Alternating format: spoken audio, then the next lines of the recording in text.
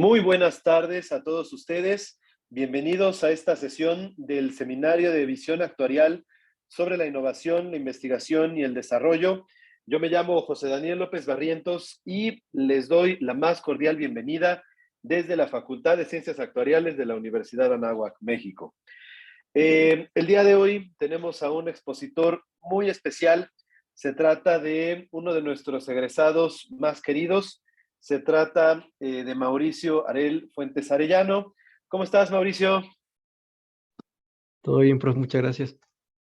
Bendito sea Dios, qué bueno, me da mucho gusto saludarte, recibirte en este evento.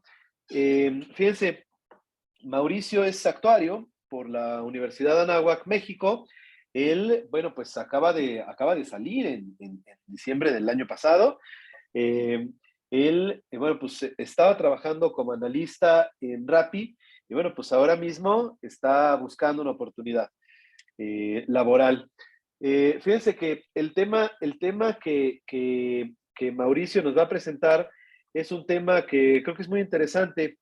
Empezando por el título, pues es una cosa muy eh, que nos llama mucho. El título es Quesadillas con queso o sin queso. Propuesta de una medida de consenso de los modelos de dinámica de opiniones. Y bueno, salvo porque evidentemente él nos va a platicar un poquito los detalles acerca de su presentación, bueno, pues a mí me gustaría comentarles que se trata pues esencialmente de una introducción a la teoría de cópulas y de una aplicación sencilla a cómo se usa. Entonces, bueno, pues sin más, Mauricio, muy bienvenido. Es un honor tenerte aquí.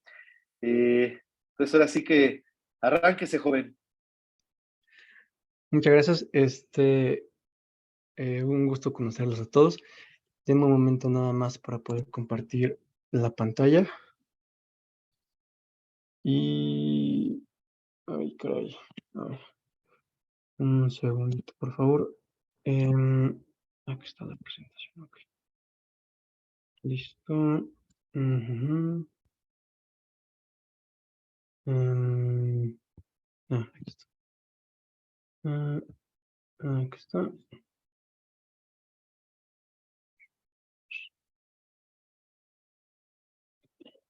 ¿Ya la pueden ver por ahí?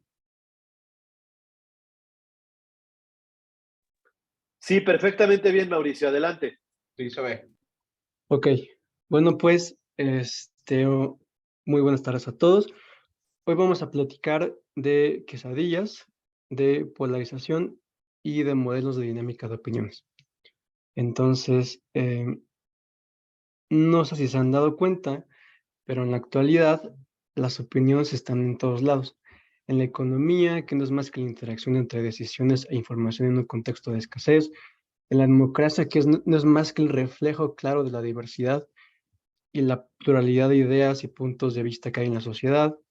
Las podemos encontrar también en contextos como el mercado bursátil, el marketing, las redes sociales y a veces también en el desayuno. ¿Qué divide más a los mexicanos? Que la discusión de si un platillo lleva o no lleva queso. Hablemos un poquito de polarización. Hay un artículo muy interesante que señala la polarización como factor de exceso de mortalidad por COVID en algunos países de Europa. Entonces, ¿por qué habría de ser no relevante la polarización? Bueno, pues porque literalmente nos está costando vidas.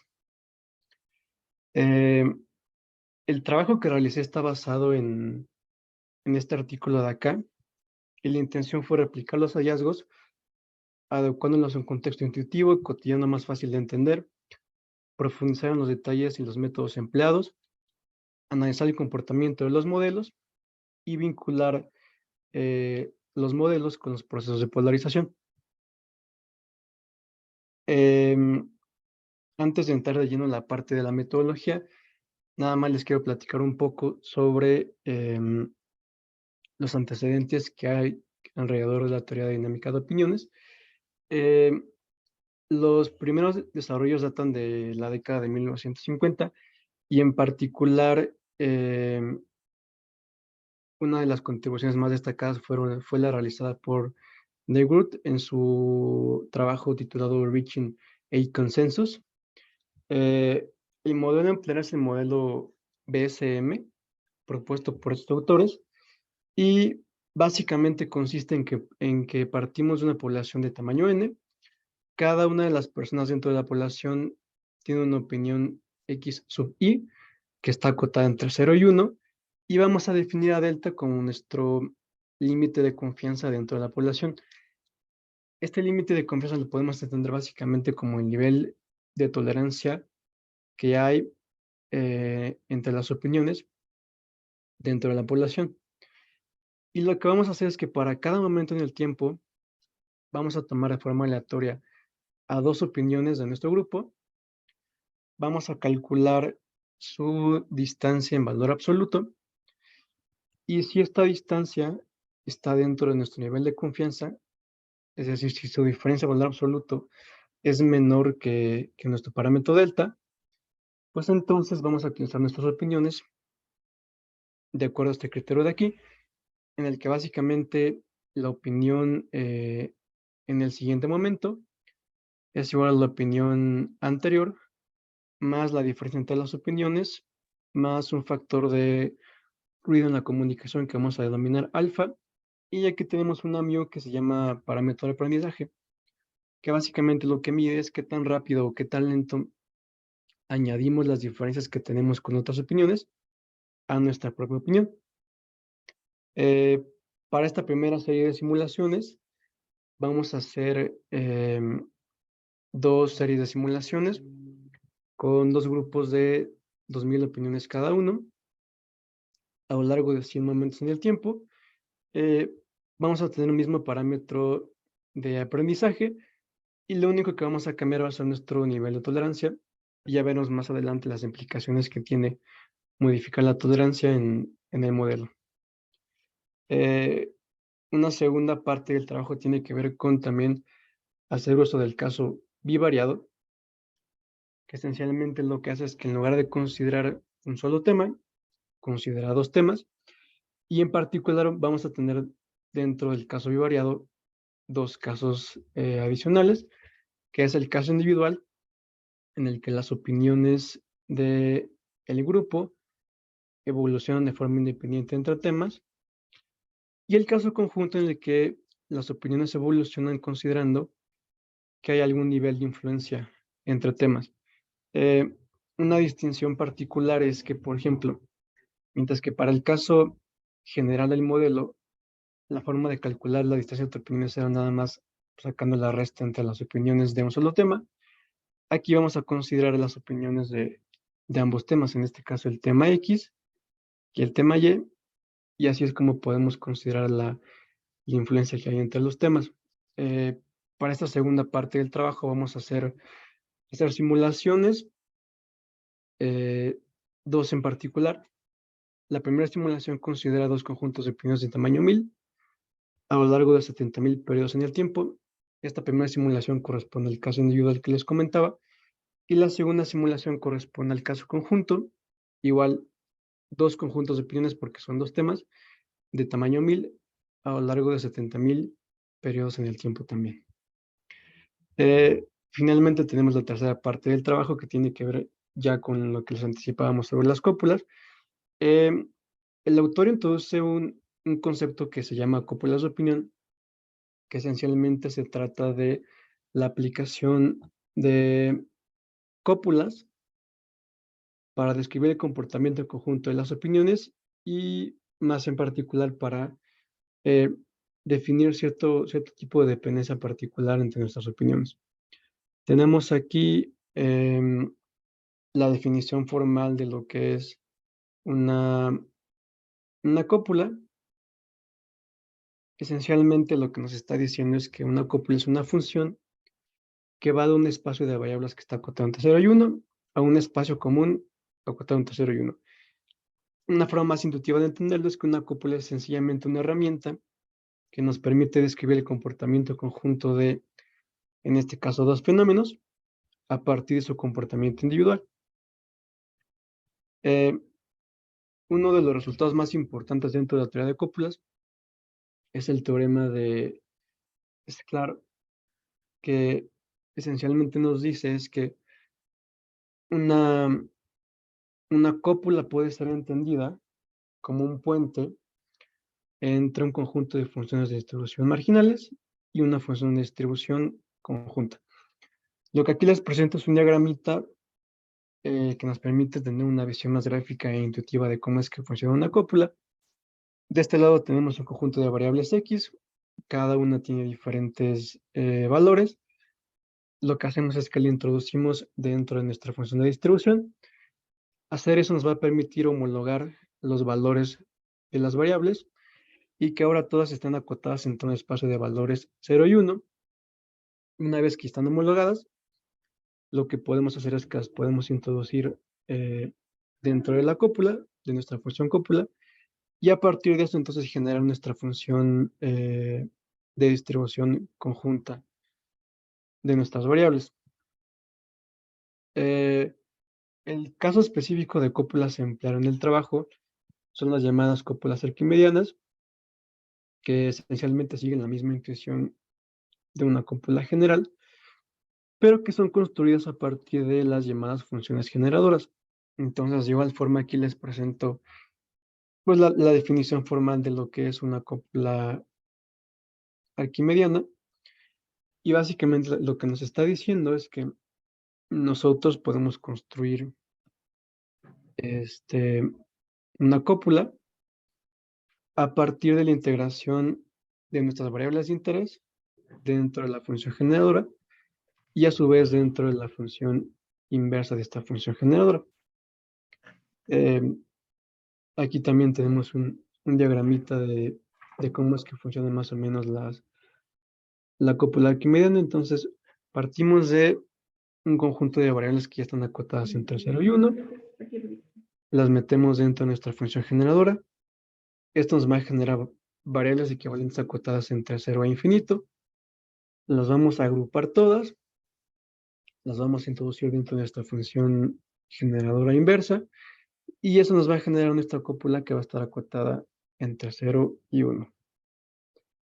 En específico vamos a hacer uso de la cópula de Frank, la cópula de Gumbel y la cópula de Clayton. Aquí podrán notar que para cada caso se presenta cómo es que se ve su función generadora y también tenemos las gráficas de comportamiento de su función de densidad, en las que podemos notar que tanto el caso de la cópula de Gumbel como el caso de la cópula de Clayton establecen un tipo de dependencia de valores extremos. Aquí podemos notar cómo es que en las colas se concentran los valores y por el caso de la cúpula de Frank, la dependencia está más enfocada hacia valores intermedios. Ya para esta última parte del trabajo, vamos a hacer 3 distintas iteraciones de simulaciones. Para cada caso vamos a simular 2 muestras de variables alteradas normales.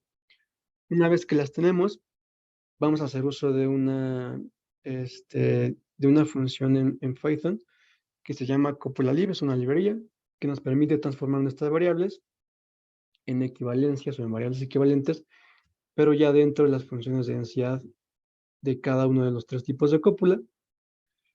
Y una vez que ya las tenemos transformadas, lo que vamos a hacer es que las vamos a meter dentro de nuestro modelo bivariado.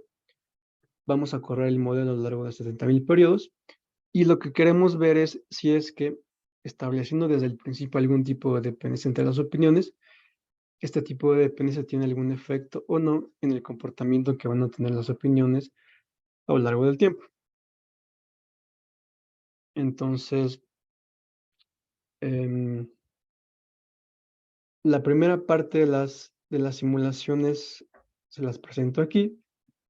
Digamos, es una serie de simulaciones del modelo general. Tenemos 2 casos de interés. El primero, en el que nuestro nivel de tolerancia es alto, en este caso 0.5. Y entonces lo que notamos es que cuando hay una tolerancia alta, eh, es mucho más fácil que nos pongamos de acuerdo y por tanto que las opiniones tienden al consenso. Entonces, aquí podemos ver que a medida que avanza el tiempo, las opiniones se concentran cada vez más y más y más en el centro, hasta que llega un punto en el que ya no se mueven de ahí, y a eso es a lo que le podemos llamar consenso. Tenemos aquí a la derecha el caso contrario, en el que tenemos un nivel de tolerancia bajo. Entonces, podemos observar que cuando la tolerancia es baja, es mucho más complicado que nos pongamos de acuerdo. Y entonces se tiende a generar la polarización, que es lo que observamos aquí. Notamos que a medida que avanza el tiempo, las opiniones se empiezan a separar y terminan por estar este, mm, separadas, digamos, en dos grandes grupos de opiniones, que sería el caso de la polarización. Aquí ya tenemos entonces el caso bivariado, en el que estamos considerando dos temas, que bien podría ser si las quesadillas llevan queso o no, y si a lo mejor México va a pasar al quinto partido. Ya sabemos que eso no pasó, que nos eliminaron en primera ronda, pero imaginemos que todavía no sabemos. Eh, Tenemos entonces aquí el caso individual y notamos que cuando consideramos de forma independiente las opiniones, eh, es mucho más fácil que exista el consenso, y la explicación que se da sobre este fenómeno es que mientras menos ruido y mientras menos factores de influencia externa consideremos, es mucho más fácil que las personas se pongan de acuerdo. Lo contrario sucede en el caso conjunto. Notamos que tanto la grafiquita de estado final como la gráfica de comportamiento de las opiniones a lo largo del tiempo describen una separación. Este, lo que podemos intuir de este comportamiento es que mientras más factores de influencia externos consideramos, es mucho más complicado que las personas se pongan de acuerdo. Eh, También tenemos aquí eh, las simulaciones que les mencionaba sobre las cópulas. Esta primera parte de acá es, digamos, el estadio inicial de nuestras opiniones. Notamos que para cada caso de las cópulas, cada una está describiendo un comportamiento de dependencia específico. Eh, Aquí notamos cómo se concentran los valores extremos superiores, cómo se concentran en valores extremos inferiores y cómo se concentran, digamos, en los valores eh, medios de las opiniones. Y en la parte de abajo tenemos el comportamiento ya final, después de haber sido sometidas al modelo bivariado a lo largo de 70.000 periodos. Y lo que notamos es que para los tres casos, los resultados son consistentes. Notamos que las opiniones terminan por estar separadas. Entonces, lo que podemos intuir a partir de estos resultados es que, sin importar si consideramos dos o más temas, y sin importar tampoco el tipo de dependencia o la forma en la que de forma inicial las opiniones se relacionan, ya sea que se concentren en algún punto específico o en otro, siempre y cuando estemos expuestos a factores de influencia, en este caso los dos temas, resulta mucho más difícil que nos pongamos de acuerdo e irremediablemente vamos a tender a la polarización. Em, Exactamente. Entonces, todo esto es importante y relevante, sobre todo por los tiempos que nos toca vivir ahora mismo. eh, una actualidad llena de mucha información muy vasta, muy acelerada, permanentemente, en la que estamos expuestos a una gran cantidad de estímulos y de información. Entonces, es relevante tener en cuenta los efectos que eh, este tipo de dinámica que tenemos tiene sobre nosotros. Eh, y sobre todo también porque nos permite reflexionar y darnos cuenta de que sin importar si somos conscientes o no de ello, todo aquello que consumimos, todo aquello que leemos, todo aquello que escuchamos, tiene un impacto sobre nosotros, tiene un impacto sobre la forma que pensamos, sobre la forma que percibimos las cosas, un impacto sobre el cómo es que forjamos nuestra opinión y por tanto un impacto en la forma en la que interactuamos con los demás. Entonces, ser consciente de esto es muy importante para tomar las pautas necesarias y procurar entonces que cierto tipo de contenido, cierto tipo de información eh, no nos influencien de forma negativa y nos propicien que en lugar de tener una sociedad mucho más abierta y con mucha más tolerancia, suceda lo contrario. En particular en un país como el nuestro, en el que eh, la polarización está a flor de piel todo el tiempo y se practica y se manifiesta desde las tribunas de influencia más grandes del país todos los días. Me parece que es importante que seamos conscientes de esto y sobre todo que reflexionemos cómo es que podemos hacer para evitar que el país y que la sociedad en general siga, siga tan dividida y con tanta confrontación. Em, Aquí les presento las referencias usadas en el trabajo. El primero pues es el artículo en el que está basada y algunos más sobre marco teórico de la teoría dinámica de opiniones y algunas eh, referencias también importantes.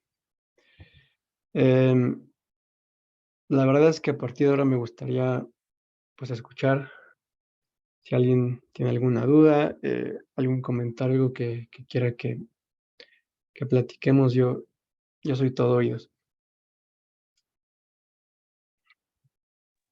Hombre, muchísimas gracias, Mauricio. Eh, pues es un tema bien importante, es bien apasionante. Fíjense, en lo que nos acaba de platicar Mauricio, bueno, pues él nos presenta una introducción muy accesible a la teoría de cópulas. Vamos, se trata esencialmente de tener la posibilidad de conjuntar dos o más variables aleatorias que sabemos que son independientes, pero que sabemos que son dependientes, pero contamos solamente con la función de densidad o de masa, ¿no?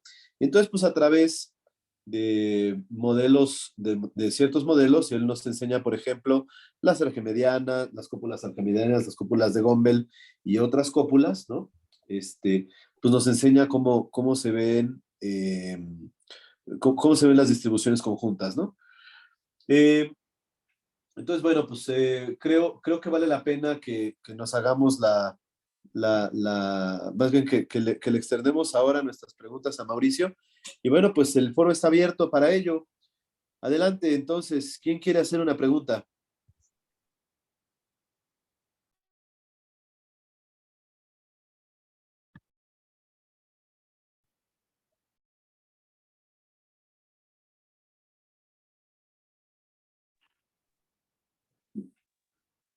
Adelante, Ramiro. No, doctor, más que pregunta, nada más quería mencionar que sí, definitivamente un tema muy interesante que tal vez uno no se pone a pensar mucho, ¿verdad? Pero pues sí, los temas tan polarizados, sobre todo ahora con todas las comunicaciones que tenemos bombardeándonos a diario, ¿verdad? Que el internet, que el WhatsApp, que todo esto, y sí, definitivamente, pues se me hace muy interesante. La verdad, lo que yo pienso hacer es ver ya grabada la conferencia y supongo que me van a surgir preguntas ya una vez que vea todo con detalles, pero sí, muy interesante. Gracias. Gracias, Ramiro. A ver, pues sí, eso creo que es interesante lo que comenta Ramiro. Mauricio, ¿tienes un escrito en donde podamos pues consultar lo que nos acabas de platicar? Eh, sí existe un escrito, te los puedo compartir. En el escrito está mucho más detallado todas las nociones y los ejemplos. La verdad es que me esmeré mucho en la redacción para que fuera lo más intuitiva y lo más padre posible. Entonces, con gusto les puedo compartir igual el archivo con el documento para que lo puedan leer con mucha más calma y sin problema. Muchas gracias, Mauricio. A ver, Alejandro González por ahí levantó la manita. Adelante, Alejandro. ¿Qué tal? Buenas tardes. Buenas tardes, doctor. Este tipo de simulaciones y este tipo de modelos matemáticos aplicarían para todo tipo de organización, para sacar un resultado en base a lo que se está presentando. Mm, em, digamos que el enfoque de los modelos es mucho más teórico que práctico. De hecho, en algún momento tratamos de un poco de ajustar el modelo para poder hacer encuestas y ver qué podemos obtener. La realidad es que no es tan sencillo porque es un hecho que tratar de reducir una opinión a un numerito que está cotado entre 0 y 1 es complicado, eh, pero digamos que la virtud y la bondad de los modelos y de este modelo en particular tiene que ver más con las reflexiones que podemos extraer del comportamiento de los modelos y de lo que sucede cuando variamos los parámetros. Digamos que las aplicaciones reales o más directas son un poco complicadas. Se puede intentar, pero digamos que el valor del modelo tiene que ver un poquito más con las reflexiones y con la información que nos provee en términos de ver qué sucede cuando no somos tolerantes, qué sucede cuando estamos expuestos a tanta información. Pero yo creo que es una corriente que no se ha explorado sobre la potencial aplicación de los modelos y siento que sería interesante profundizar más en ello. Gracias. Gracias. Yo quiero hacer una pregunta en ese sentido. Muchas gracias, Alex, por la participación. Yo quiero hacer una pregunta, Mauricio. Ahorita nos presentaste una aplicación bien bonita acerca de las opiniones y de la modelación desde el punto de vista de la probabilidad de las opiniones. Pero ¿en qué contexto suele utilizarse las herramientas que nos acabas de mostrar? Em,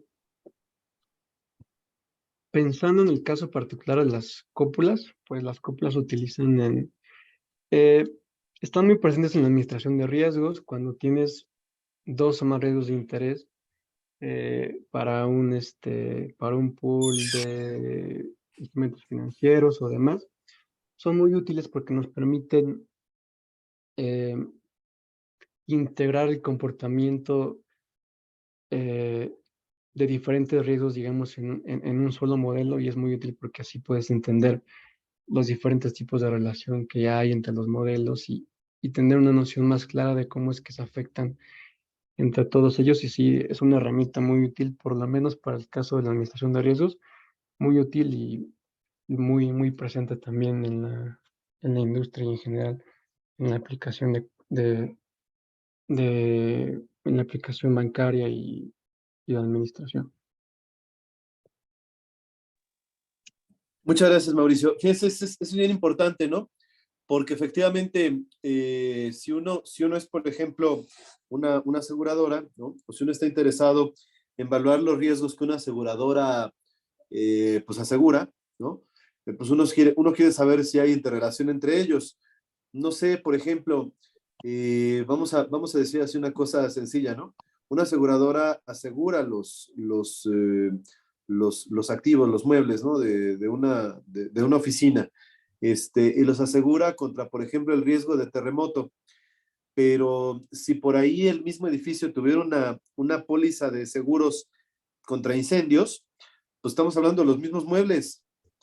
O sea, podría ser que, por ejemplo, un terremoto provoque un cortocircuito, que provoque un incendio, y entonces pues ahí hay una dependencia que hay que modelar.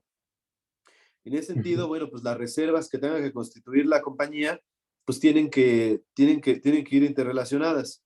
Fíjense, ahora mismo tuvimos el caso en el Colegio Nacional de Actuarios, tuvimos el caso del Premio Nacional de Actuaría, que ganó precisamente un trabajo escrito en esa dirección, ¿no? En esa dirección, en ese sentido, ¿no?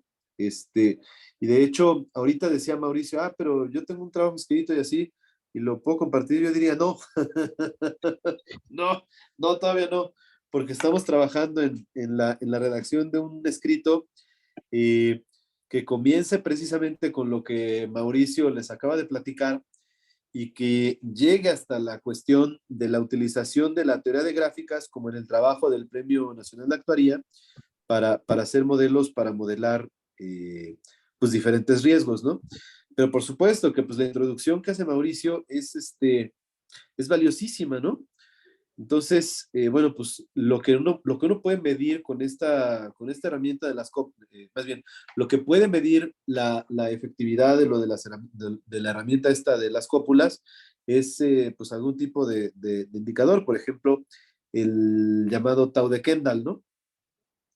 Ok, pues bueno, no sé si habrá alguna otra pregunta. Si no la hubiera, ok.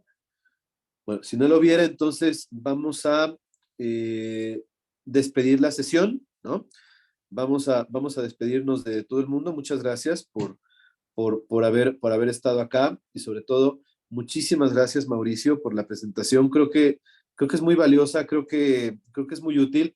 Y mira, ahora mismo hay 8 personas conectadas, pero créeme que conforme vaya pasando el tiempo, pues habrá más y más simplemente porque pues es un tema muy interesante, ¿no?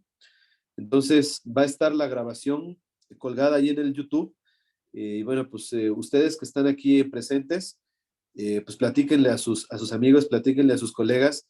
Pues es una introducción muy bonita a la teoría de cópulas. Entonces, bueno, pues por nuestra parte es todo. Ahorita nada más les voy a pasar un video ahí de despedida de 30 segundos. Y bueno, pues listo. Muchas gracias, Mauricio.